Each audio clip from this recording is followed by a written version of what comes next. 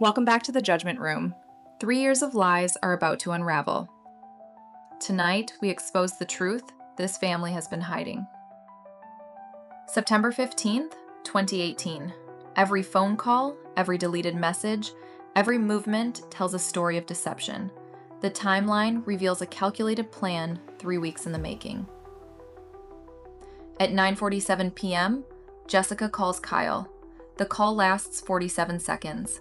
What did they discuss? And why was this call deleted from her phone records? That call was about money. Kyle was desperate, asking for help. I told him no, I had no idea what he was planning to do. But looking back now, there were signs. He was agitated, angry about something more than just money. At 10:15 p.m., Aaron Matthews receives a mysterious text. "It's done. You owe me." But from whom? And what exactly was done? Edward was going to leave Marilyn for me. We had plans, a new life together. But when Kyle found out about the money Edward gave me, everything changed. Kyle said Edward was destroying his own family for a selfish fantasy. Maybe he was right. Kyle Dawson, a man with gambling debts, a violent history, military training, and access to the victims. The perfect killer. I needed that money.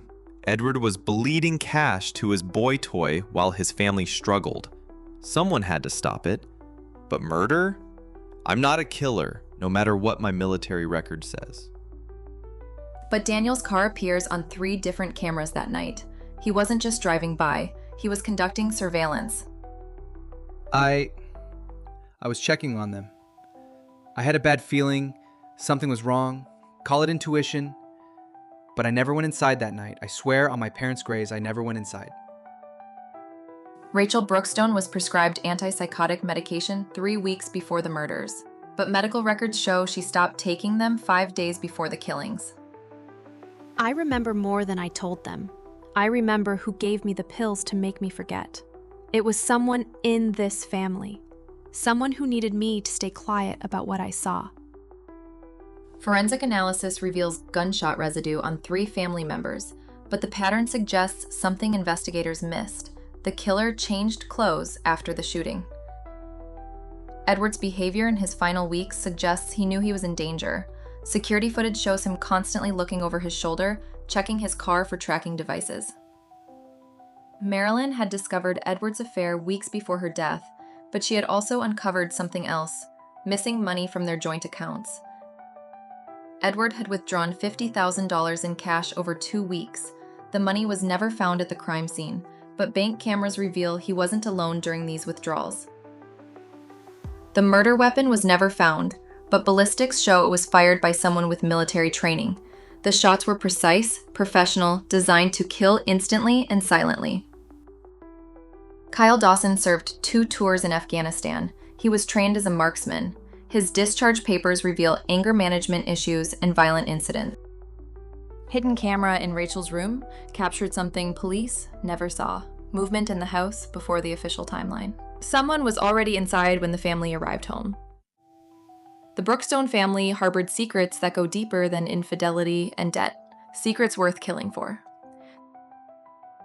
3 days before her death, Marilyn hired a private investigator. She suspected someone in her family was stealing from them. The investigator's report reveals shocking discoveries. Ladies and gentlemen, this was not a random crime.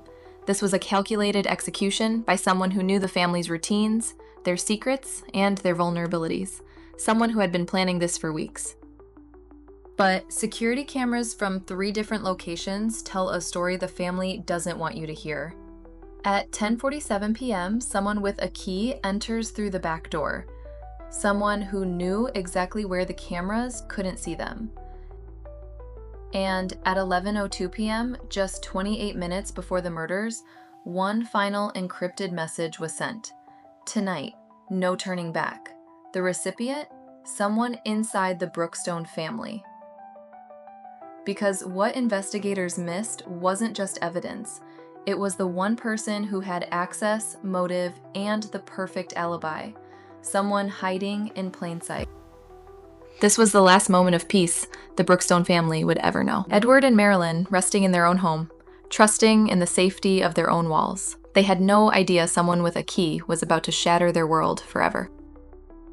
I loved Edward and Marilyn. Yes, we had problems, but I would never hurt them. Someone is trying to frame our family. Someone who knows all our secrets and is using them against us. Edward was going to tell Marilyn everything that night. About us, about the money, about starting over. Maybe someone didn't want that conversation to happen. Maybe someone needed them both dead. I was there that night. I won't deny it anymore. But I wasn't the only one with a key to that house. Daniel had one, Jessica had one, and there was a spare key hidden outside. I found them already dead when I arrived. I panicked. I thought if I called it in too early, I'd become the prime suspect, but I should have saved them. I should have been there sooner. The masked person, I knew their voice. I knew who it was. But they made me promise to forget, or they'd hurt me too. They said the family would never forgive me if I told the truth. The angle of the gunshot wound suggests the shooter was approximately 5'8" to 5 feet 10 inches tall. The victims knew their attacker. There were no defensive wounds. They were shot while sitting completely relaxed. Rachel Brookstone holds the key to this entire case, but 3 years of medication and threats have clouded her memory. Someone in this family has been silencing her. The investigation was sabotaged from day one. Evidence was contaminated, witnesses were coached, and crucial forensic tests were delayed. Someone with inside knowledge orchestrated this cover-up. The killer knew the victim's habits, had access to the house, possessed military training, and had the emotional detachment to execute 2 people at close range while looking them in the eyes. 3 years later, the Brookstone family lies in ruins. Trust destroyed, relationships shattered, truth buried under layers of deception and fear. The family home stands empty now, a monument to secrets that killed and lies that destroyed everything they once held dear. In the judgment room, we don't accept convenient answers. Someone in this family is a cold-blooded killer, and they're still walking free, protected by silence and fear. The scales of justice remain unbalanced. Until the truth emerges, Edward and Marilyn Brookstone will never rest in peace. To the killer watching this, your family may protect you now, but truth has a way of surfacing. Justice delayed is not justice denied. We will find you. Edward and Marilyn Brookstone deserved better. They deserved honesty from their family and justice from their system. This has been The Judgment Room. I'm Judge Linda Harris, and remember, only facts matter.